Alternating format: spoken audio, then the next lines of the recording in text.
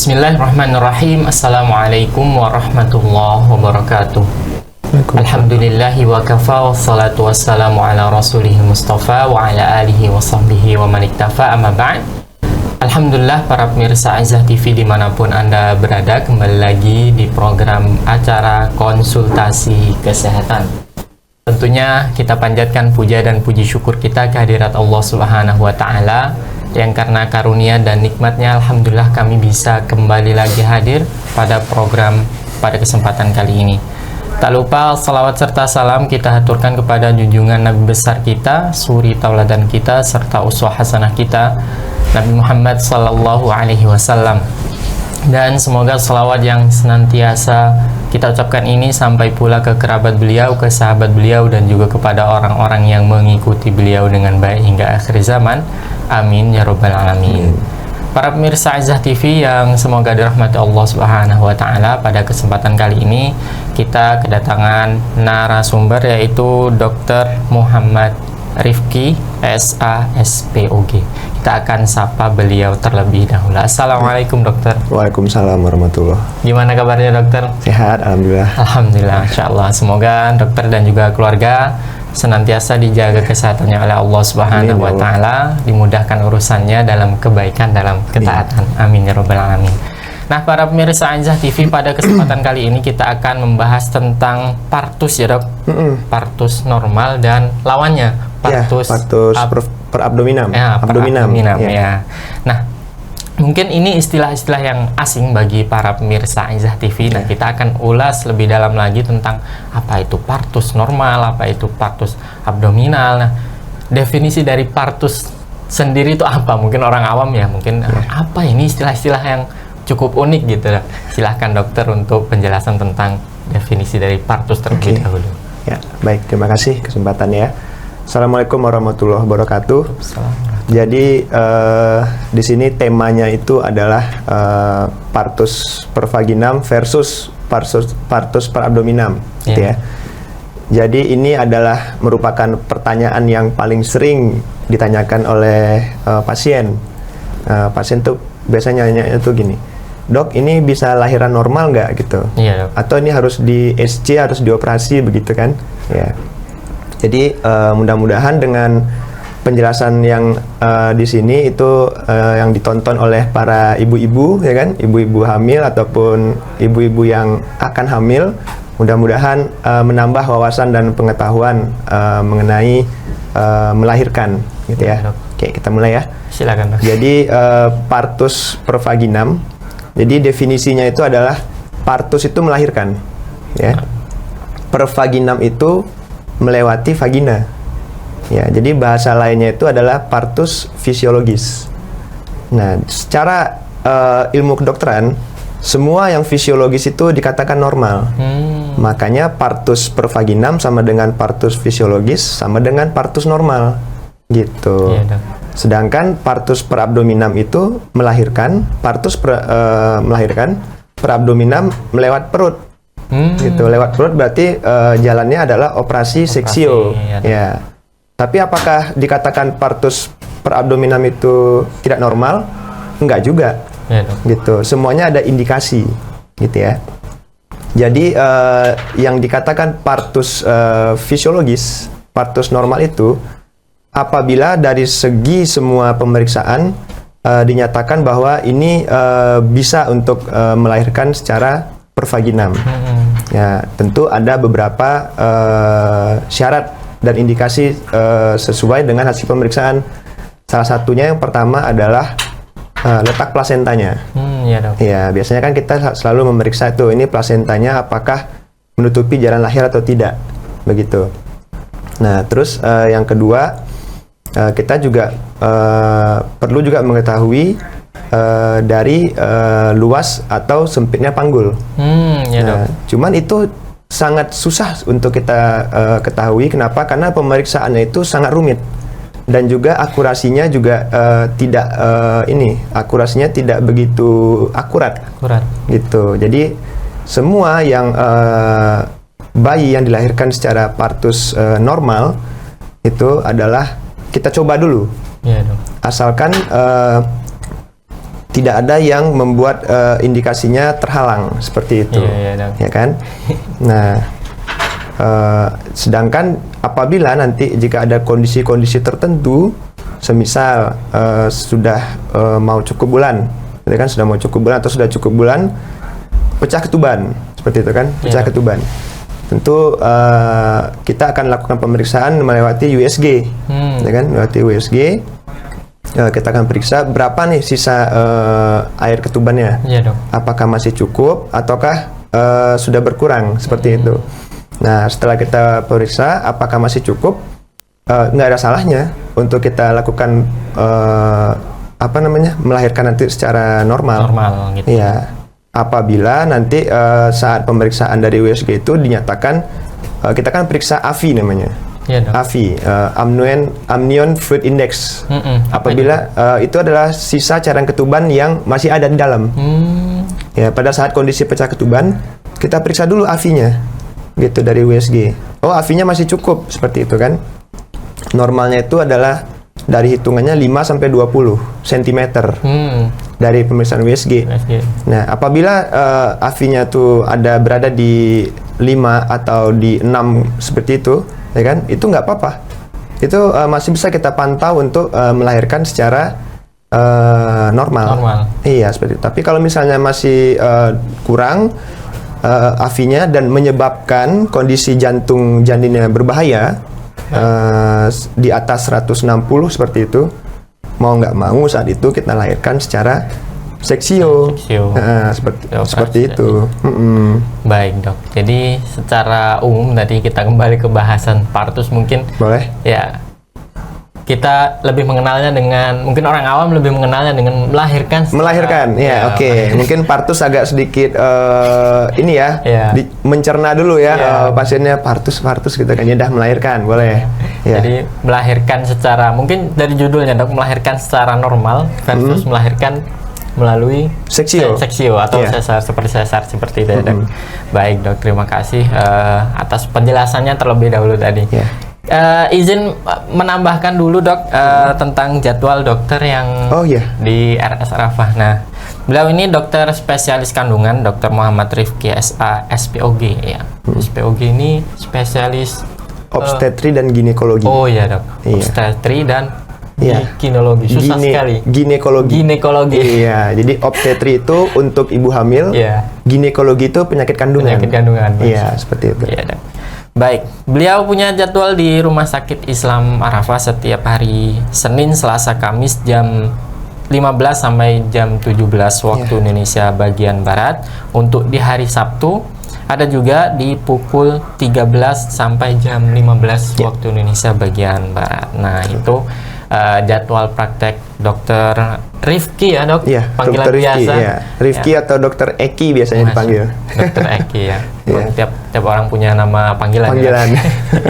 Baik, beliau ada di Rumah Sakit Arafah. Silakan kalau ada pasien yang mungkin ada keluhan tentang kandungan ya, Dok, bisa datang ke sana langsung sesuai dengan prosedurnya lah, Dok. Betul. Baik, kita kembali ke bahasan partus tadi, Dok. Dengan indikasi medis gitu kan, apa sih indikasi-indikasi yang cukup berpengaruh, Dok, untuk bisa, ini bisa ditentukan nih, ini kayaknya pasti bukan partus normal nih, ini pasti seksio nih, atau harus disesar nih. Itu apa sih, Dok, indikasi terbesar seorang ibu hamil harus dilakukan seksio? Jadi itu adalah indikasi mutlak berarti ya? Iya, Dok. Indikasi mutlak dilahirkan secara seksio. Yang pertama adalah jika sudah cukup bulan ini kan, sudah cukup bulan, sudah aterem bahasa kita. Berarti yang pertama adalah placenta previa. Apa itu, Dok? Placenta previa itu adalah plasentanya menutupi jalan lahir. Seperti itu. Itu adalah kondisi yang mutlak tidak bisa dilahirkan secara normal. Itu harus seksio. Kenapa demikian, Dok? Karena bahaya. Karena plasenta itu kan tebal, ya kan? Plasenta tebal dan dia menutupi jalan lahir. Jadi otomatis kepala itu, jika letak kepala bayinya nggak bisa keluar karena terhalang sama plasenta itu. Gitu. Harusnya dia kan lewat kan? Tapi di sini ada plasenta yang menghalanginya. Gitu. Jadi itu adalah indikasi mutlak yang pertama. Plasenta previa itu ada banyak lagi tipenya. Ada yang totalis. Gimana tuh? Yang totalis itu berarti benar-benar total dia menutupi jalan lahir. Yang kedua ada yang parsialis. Parsial itu berarti dia setengah. Sebagian gitu ya? Sebagian. Nah itu juga nggak bisa untuk melahirkan secara normal. Yang ketiga ada yang letak rendah. Nah yang letak rendah ini tidak semua menutupi jalan lahir, tapi berada di dekat jalan lahir itu. Gitu. Jadi ada 3 tadi ya, totalis, parsialis, dan letak rendah. Nah, pada plasenta previa, letak rendah ini umumnya ada pasien yang bisa melahirkan secara normal. Jadi tidak semua plasenta previa, cukup yang totalis dan yang parsialis saja. Oh, gitu ya. Jadi itu kita mengetahuinya bagaimana? Dari USG. USG itu Betul, dari USG. Indikasinya kita cek dulu semuanya. Betul. Tahu, baru bisa dipastikan. Ya, gitu. Nah, kondisi yang kedua adalah solusio plasenta. Apa itu, Dok? Ya, jadi solusio plasenta itu adalah kondisi plasenta yang terlepas dari implantasinya. Maksudnya terlepas dia dari tertanam dia. Plasenta itu kan di rahim kan tertanam. Iya, Dok. Jadi apabila dia terlepas, otomatis terjadi perdarahan di dalam rahim. Iya, Dok. Ya, jadi perdarahan di dalam rahim itu menyebabkan kondisi bayinya gawat, janinnya gawat. Nah, tandanya adalah yang pertama, jantung janinnya kencang sekali, atau jantung janinnya rendah sekali. Iya. Dan kencang tuh berapa, Dok? Dan rendah tuh berapa? Ya, jadi normal jantung janin saat sudah cukup bulan itu adalah 120 sampai 160. Jadi apabila didapati dari pemeriksaan ibunya nih saat keadaan solusio ya, ibunya akan mengalami nyeri perut yang sangat hebat sampai tegang. Jadi kita sulit membedakan ini kontraksi atau enggak. Seperti itu. Dok.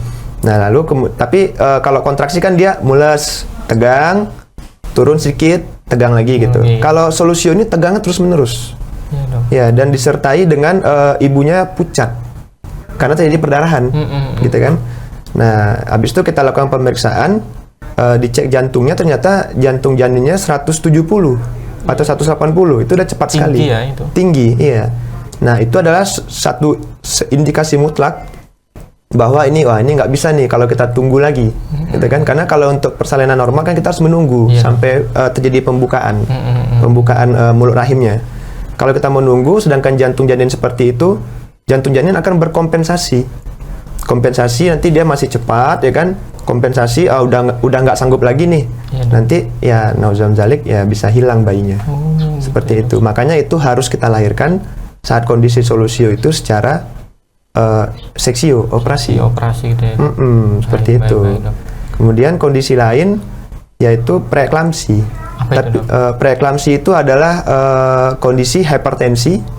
Ya, preeklamsi kondisi ibu hamil mengalami tekanan darah yang tinggi.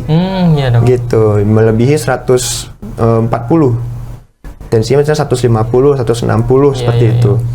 Nah, itu juga merupakan indikasi, tapi dia tidak mutlak. Tapi tidak mutlak. Tidak mutlak, iya.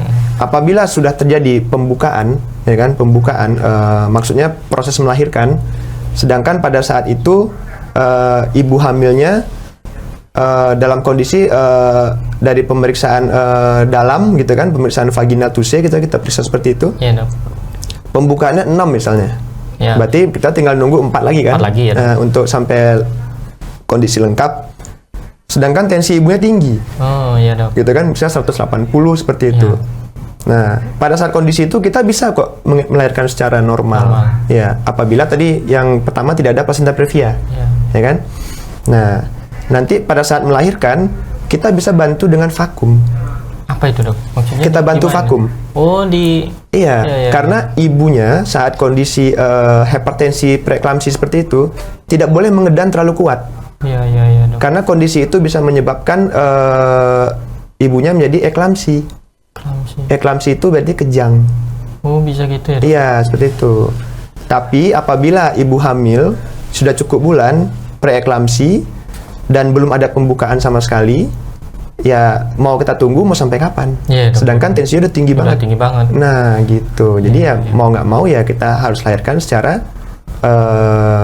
operasi. Operasi atau seksi Betul. tadi ya dok. Baik, terima kasih dok. Banyak nih sekali ilmunya. Masya Allah. Istilah-istilahnya pun begitu banyak ya intinya. Ya edukasi untuk masyarakat tentang ya yang kita bahas ini ya dok. Ada pertanyaan nih dok mungkin dok. Kalau orang sedang melahirkan, kemudian ada beberapa pernyataan dari bidannya atau dok atau orang di sebelahnya, jangan tatkala mengendaan atau mau mengeluarkan bayinya itu jangan nutup mata, itu mitos atau fakta dok? Oh itu atau mitos. ada penjelasannya dok? Itu mitos. Mitos dok? Iya. Kenapa demikian dok? Kok Terkecuali bisa, kalau kondisi mata ya, ya kondisi mata. Jadi gini, itu sebenarnya kalau yang pertanyaan tadi itu adalah mitos. Mitos ya dok? Ya mitos. Boleh kok buka mata boleh gitu boleh. kan ya, karena kan kita bakalan ngeliat ke bawah gitu kan. Iya, dok. Biasanya kita arahkan dagunya tempel di dada, ya kayak gini gitu kan. Otomatis matanya kan kebuka gitu. Tapi kan itu tergantung kondisi saat itu. Cuman kondisi ibu hamil yang mengalami miopia itu rabun jauh. Oh, rabun jauh ya dok? Ya, rabun jauh. Yang minusnya tuh miopia berat di atas 9 kalau nggak salah itu. Itu udah berat. Itu udah berat banget dan itu juga akan sulit untuk melahirkan normal. Oh gitu. Iya. Kenapa begitu? Karena saat kita melahirkan normal itu terjadi tekanan intraokular, tekanan di dalam mata, gitu. Tekanan dalam mata itu yang sangat tinggi sekali. Kan melahirkan itu kan butuh tenaga kuat, dok. gitu kan? Jadi terjadi tekanan intraokular, peningkatan tekanan intraokular, tekanan di dalam mata bisa menyebabkan kebutaan. Seperti itu. Makanya pada ibu hamil yang memiliki kondisi miopia harus periksa dulu. Oh, gitu sebenarnya. Tapi kan itu kondisinya jarang ya. Jarang ya. Jarang. Sampai 9 nih. Iya, itu kan udah tebel banget kacamatanya itu. Bener. Ya, itu kondisi jarang. Jadi mitos ya dok? Mitos. Kalau itu mitos. Kecuali ada yang tadi miopia tadi ya? Iya, terkecuali ada kondisi rabun jauh itu. Baik. Betul. Baik, terima kasih dokter atas penjelasannya. Mungkin kita akan persilakan bagi para pemirsa Aizah TV yang ingin berbincang, mengirimkan pertanyaan, silakan hubungi kami di 0821 80 62 33. Baik dok, mungkin pertanyaan dari saya sendiri nih. Ada nggak dok kiat-kiat supaya mungkin orang sekarang itu pengennya lahiran normal, terus ada nggak dok supaya lahirannya normal aja dah, lebih enak normal daripada seksio, lebih daripada sesar? Ada nggak dok kiat-kiat supaya ibu hamil tuh lebih lega, lebih enak dalam maksudnya masuk ke yang normal aja gitu dok? Oke.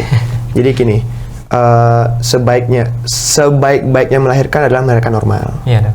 Pada saat pendidikan pun kita diajarkan bahwa sebaik-baiknya ibu hamil untuk melahirkan adalah melahirkan normal. Karena dia fisiologis, gitu kan. Nah, jadi untuk kiat-kiatnya yang pertama, yang tentu kita harus mengikuti ANC. Apa itu dok? Antenatal care. Itu kunjungan ke dokter spesialis kandungan atau ke bidan terdekat juga boleh. Ya. Nah, itu kita harus rutin melakukan ANC itu. Kenapa? Karena dari ANC itulah kita mengetahui bagaimana kondisi ibu, kesehatan ibu, dan bagaimana kondisi janin serta kesehatan janinnya. Apabila kondisi janinnya mengalami kondisi makrosomia atau bayinya itu terlalu besar seperti itu kan, nah berarti otomatis akan sulit nih untuk lewat bawah, karena ukuran panggul ibu itu sudah dirancang sedemikian rupa oleh Allah Subhanahu Wa Taala, gitu kan. Nah jadi luas panggul ibu itu sudah dicocokkan sebenarnya dengan kondisi janin. Iya dok. Nah, luas panggul ibu juga dicocokkan juga dengan tinggi badan ibunya. Jadi ada faktor risiko, salah satu faktor risiko yang menyebabkan panggul sempit itu adalah tinggi badan ibunya. Tinggi badan. Iya, jadi itu kita ketahui dari pemeriksaan tadi, ANC tadi. Iya dok. ANC itu semua diperiksa.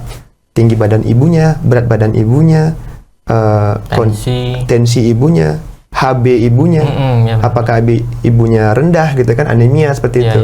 Nah itu kita periksa semua, dan itu juga menyangkut kepada kondisi janinnya. Nah janinnya juga kita periksa, berapa berat janinnya, bagaimana jantung janinnya, bagaimana ketuban janinnya, itu semua kita periksa dari ANC gitu. Jadi semuanya harus periksa lah dari rutin dari Betul. awal kehamilan ya dok. Harus tetap periksa. Periksa. Jadi kalau sudah mulai waktunya udah HPL misalnya dok, udah kita serahkan nih datanya saya nih. Ya, tinggal jadi, tahu kan dok. Nah, jadi ANC itu kita tahu kan datanya kan sebelumnya, misalnya sebelumnya beratnya berapa gitu Iya. kan, misalnya sebelum ANC sebelumnya berat bayinya 2.900. Pada saat ANC udah mendekati HPL ternyata jadi 3.900. Wah, jauh banget kan? Iya ya dok. Nah, itu kan kondisi bayinya sangat besar. Gitu. Tapi ada kok ibu hamil yang bisa melahirkan dengan berat 4 kilo ada. 4,5 kilo juga ada. Juga ada. Iya. Masya Allah.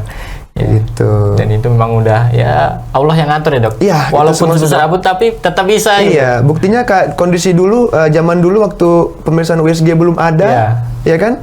Banyak kok ibu-ibu hamil yang melahirkan gitu kan. Cuman dulu memang kondisi dulu waktu pemeriksaan USG ini belum ada dan sama sekali kan sekarang udah canggih semua Iya, ya. dok. Dulu itu kan ibu-ibu tuh takut hamil. Gitu. Karena kalau kondisi hamil nanti gimana ya kandungan saya Iya, seperti iya, itu.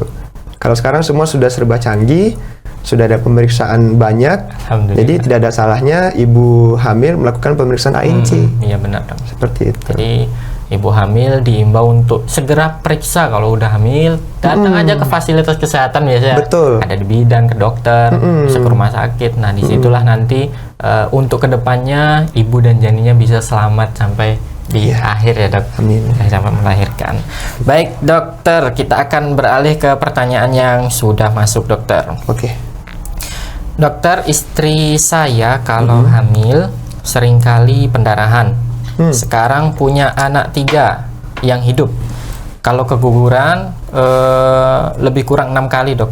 Sekarang umur istri sudah 42. Apakah masih bisa hamil dokter? Oke. Tadi maaf keguguran 6 kali. 6 kali dok. Oke, berarti Lebih kurang ya. keguguran 6 kali tapi anak sudah hidup 3. 3. Berarti sudah 9 kali hamil berarti ya. Iya. Kalau seperti itu. Ya, jadi pada kondisi itu perlu kita periksa itu sudah terjadi keguguran berulang. Seperti itu. Keguguran berulang itu bahasa medisnya adalah abortus habitualis. Ya dok. Ya, itu perlu kita periksakan namanya TORS. Apa itu dok? TORS itu ya kita periksa ke laboratorium kadar dari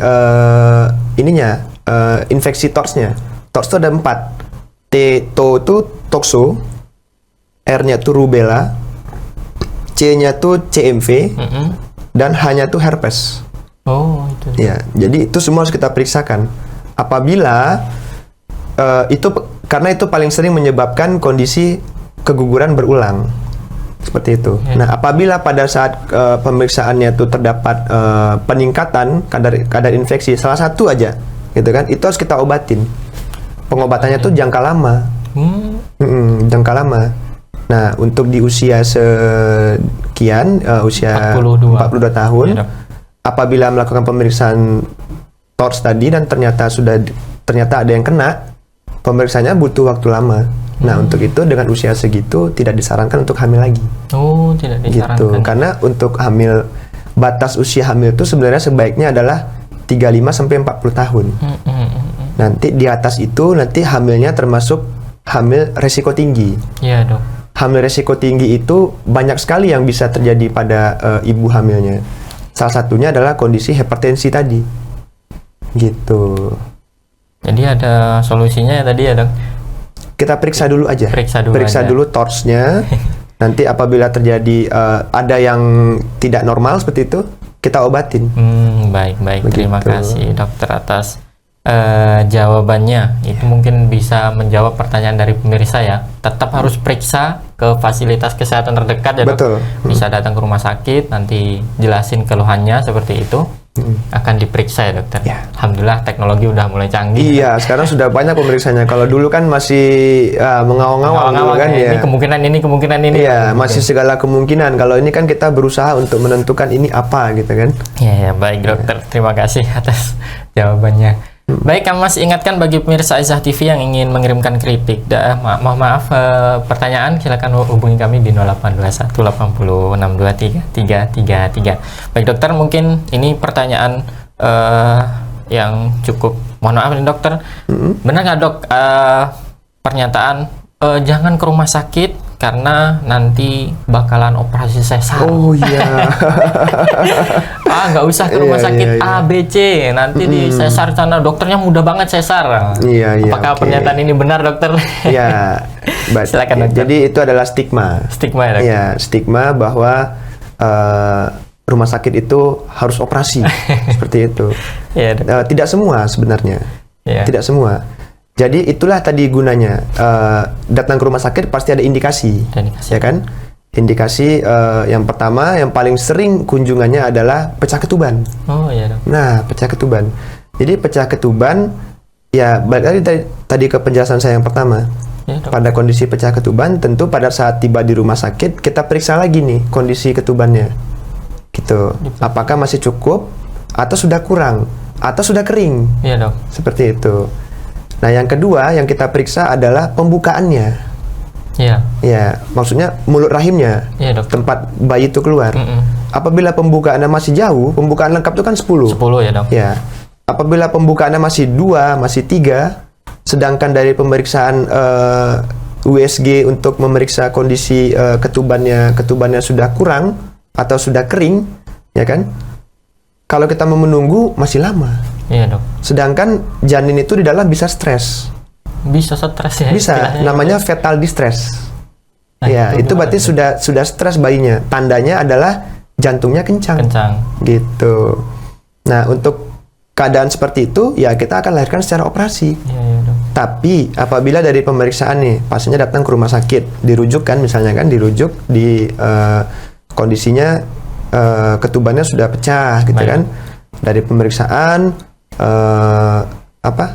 ketuban sisanya masih cukup lah gitu ya, atau kurang sedikit lah. Iya, dok. Dari pembukaannya misalnya 6 gitu atau 7 gitu kan, sudah masuk pembukaan aktif. Iya. Karena pembukaan itu ada 2, laten sama aktif. Nah, Laten itu dari 2, 3 sampai 4. 4. Nah, 4 ke atas itu udah aktif. udah aktif ya, dok. Nah, apabila nanti kalau sudah pembukaannya aktif, ketubannya ada, cukup ataupun kurang sedikit, dan kontraksinya sering, kita bisa ikutin. Ikutin aja. Kita bisa pantau aja. Pantau aja, dok. Iya, Nah, kita ini- pantau pembukaannya, kita pantau jantung janinnya. Apabila pada kondisi saat kita pantau itu terjadi kenaikan jantung janin yang sangat Iya, tinggi, ya kan? Nah, saat itu juga kita operasi. Tapi apabila semuanya dalam kondisi aman-aman aja, Aman-aman gitu aja. kan, nggak ada masalah, kita ikutin aja sampai nanti dia melahirkan secara normal. Normal. Gitu. Iya, dokter. Jadi, ya. itu Jadi hanya- tidak semua. Jadi hanya stigma negatif gitu ya, dok? Iya, itu stigma negatif kalau semua ke rumah sakit harus dioperasi. dioperasi. Sebenarnya tidak. Harus kita yang pertama tentu kita periksa dulu. Iya, periksa dulu sesuai Iya. diagnosisnya ya, dok? Sesuai diagnosis. Ya, kalau diagnosis membahayakan bagi ibu dan bagi janinnya, Iya. ya tentu ya kita ambil langkah yang lain. Yang lain ya, dok. Gitu. Kalau mau nggak mau seperti itu, kalau untuk keselamatan janinnya, ibunya dan Betul. janinnya, dok. Iya. Kadang ada orang yang, ini aduh bingung nih gimana ya. Ini mau dioperasi atau enggak. Sedangkan dari indikasi medis semuanya diagnosis sudah mengharuskan untuk ya dioperasi itu. Dok. Iya, itu. Dan itu Bahayanya apa, dok, kalau seandainya dia memaksakan diri untuk normal gitu, dok? ya bahayanya yang pertama tentu yang bisa terjadi IUFD. IUFD itu intrauterine fetal death. Berarti bayinya meninggal. Gitu. Itu bahaya yang paling bahaya. Yang paling kita takutin lah. Iya. Gitu ya dalam kondisi itu.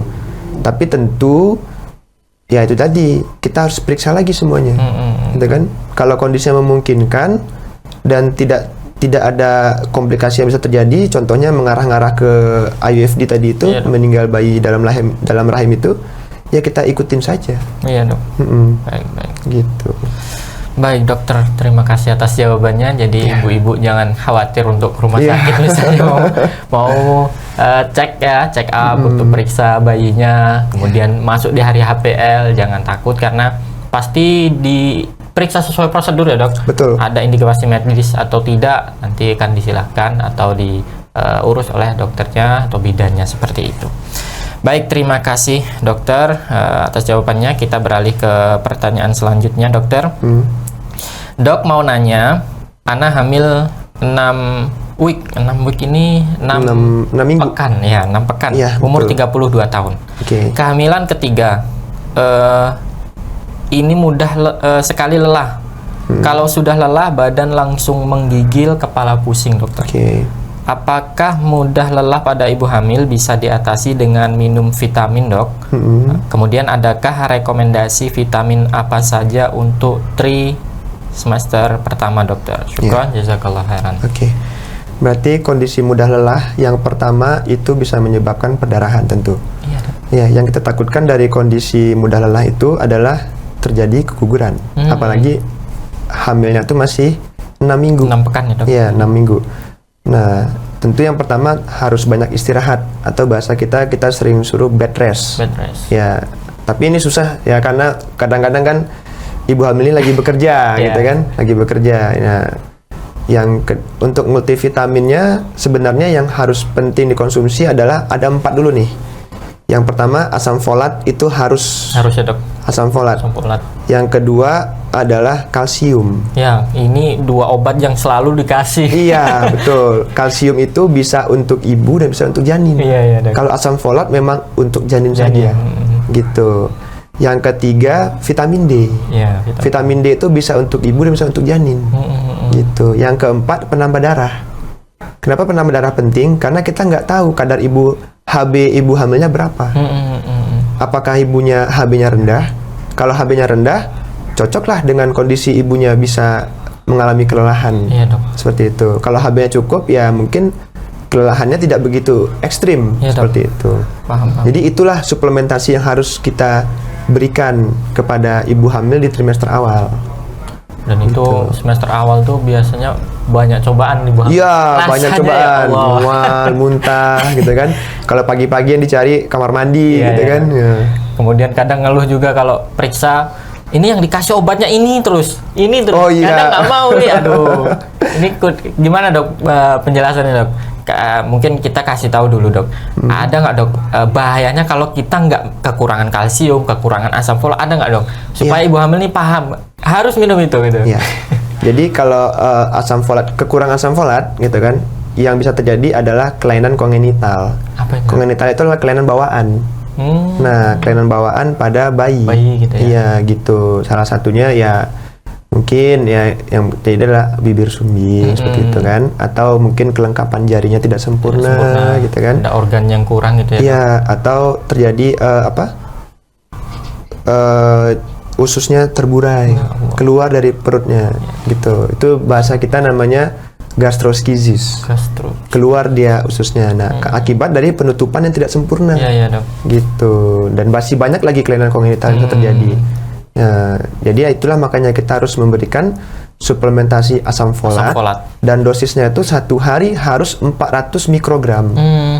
Nggak boleh kurang. Nggak boleh kurang. Iya, lebih apakah boleh lebih, dok? Boleh. Batasnya adalah 1000. Ya, 1000 mikrogram. Tapi yang direkomendasikan adalah 400 mikrogram saja, sudah cukup. Dok. Seperti itu. Jadi jangan sampai kurang konsumsi asam folatnya. Iya. Kalau untuk kalsium, yaitu untuk suplementasi pembentukan tulang seperti itu kan. Nah, itu bisa untuk ibunya, bisa untuk janinnya juga. Nah, seperti itu. Makanya harus cukup. Gitu. Baik, dokter. Jadi buat ibu hamil jangan sampai nggak minum itu ya, dok. Iya. Bahaya kalau nggak minum tadi ya. Kadang karena bosan kan, kadang ini terus obatnya gitu kan ya. Karena emang itu yang menunjang. Iya. Gitu. Ini terus obatnya. Tapi itu untuk kesehatan dan kebaikan nantinya, dok. Ya, sampai melahirkan seperti itu. Baik, terima kasih dokter atas jawabannya untuk yang sudah bertanya tadi. Mungkin itu tadi pertanyaan terakhir pada kesempatan kali ini, dokter. Ya, boleh. Ya, mungkin ada penjelasan dari dokter, edukasi untuk pemirsa supaya ya paham tentang kelahiran normal dan juga kelahiran secara sesar tadi, dokter. Ya.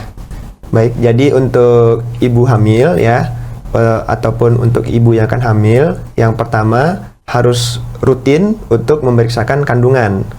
Kenapa begitu? Karena kita akan memantau kondisi kesehatan ibunya, baik untuk kesehatan janinnya juga.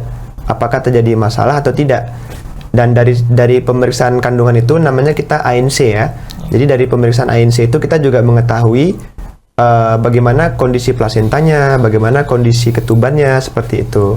Dan kita juga mengetahui juga kondisi dari ibunya, apakah ibunya mengalami anemia atau mengalami hipertensi. Ya, jadi jangan takut untuk datang memeriksakan kandungan. Justru itu harus, gitu kan? Karena penantian yang sangat lama 9 bulan, gitu kan? Ya, apabila terjadi yang tidak diinginkan, itu penyesalannya sangat dalam. Iya, dokter, benar seperti sekali. itu.